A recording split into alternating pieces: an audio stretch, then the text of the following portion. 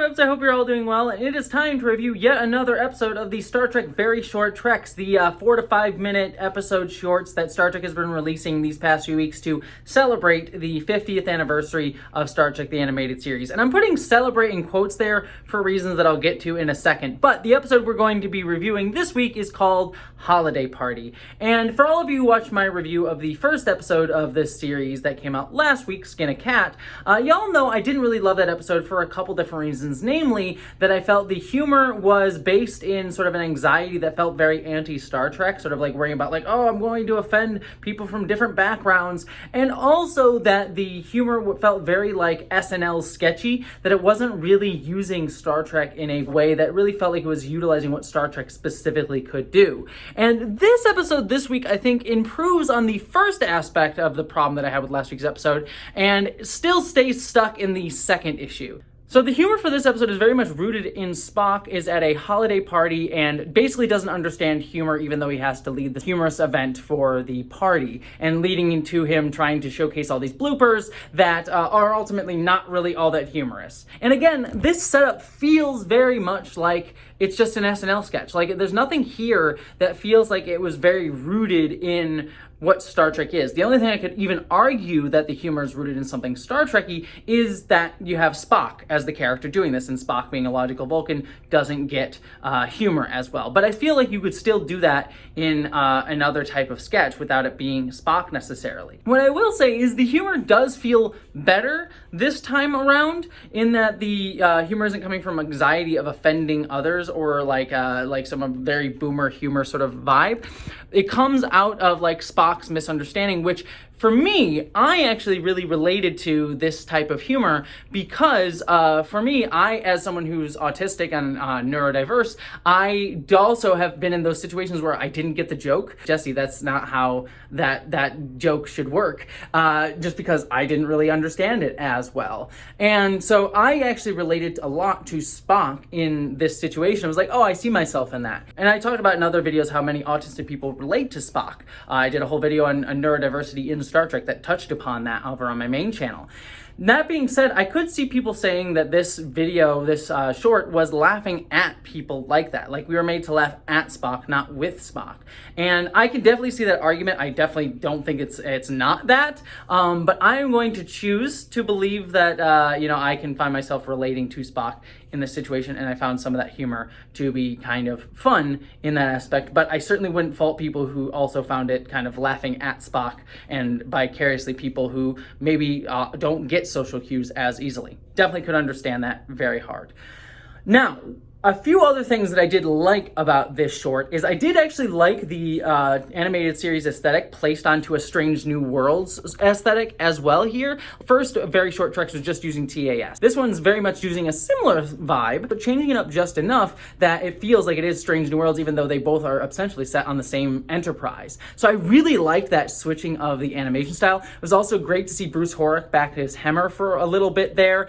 And then also we got a quick joke with Saru and the Discovery in this as well. It was nice to see Doug Jones there.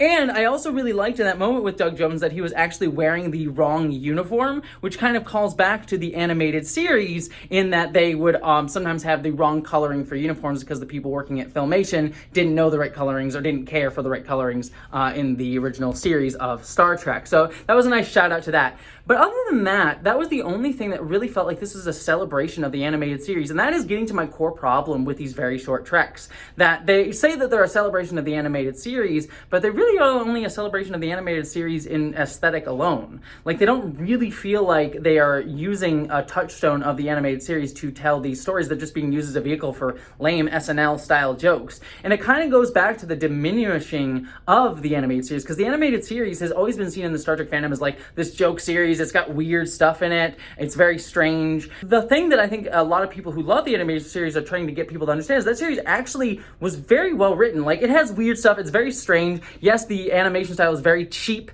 but there are actually really good stories in it, like the Infinite Vulcan. This has been a waste, Caniculus. There has been peace in the Federation for over 100 years. That is a lie.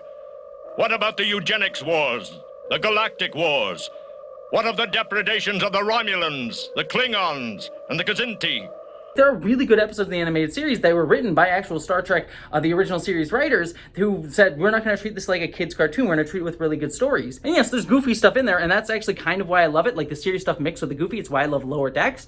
And so for this very short Trek series to just be like, oh, we're going to tell little SNL sketches, that's celebrating the animated series, it feels like they're just leaning into that idea that the animated series is this goofy, strange little thing that doesn't really deserve much respect, and seems to go counter to the whole idea of, you know, celebrating the animated series, other than just like a couple sight gags with Saru. And also there felt like there was a little disrespect to Michael Burnham, by the way, in that Discovery section. Like, Michael Burnham didn't appear there. They had some other girl there, and also Giorgio. And like, I get it, you don't have Sonequa Martin Green back, you're not going to pay her to be in this. I can understand that to a degree. But that being said, it's like, just put animate her in there. Give Burnham the respect she freaking deserves, because she is that character in Sonequa Martin Green has dealt with enough bullshit from some Trekkies, some corner of the Trekkie fandom, that I think she deserves to be in there. So that felt a little bit disappointing, especially given that Star Trek Discovery was recently canceled, and that felt like a whole other discussion I could have about Star Trek at the moment. So yeah, this short to me ultimately I liked better than the first one. I did find a little bit of humor in some of its jokes. But ultimately, these very short treks are just proving to be disappointing to me, because they don't seem to be doing what they said they were going to do, and just seems to be a kind of waste of something you could have used to be something really special within the Star Trek franchise. Like, these shorts could have been really, I think, something unique and different, and ultimately they're not. The only thing that makes them unique is like, hey, you got Doug Jones back in it, or you're getting Neelix back, or, you know, Connor Trenier or whatever. Like, ultimately, what are you doing with those characters? Not anything that feels special, just lame SNL gags. That's my feelings on this episode of Very Short Treks. What did you think of it, though? I'd love to hear your thoughts down below. And beyond all of that, I hope you all, my friends, live long and prosper.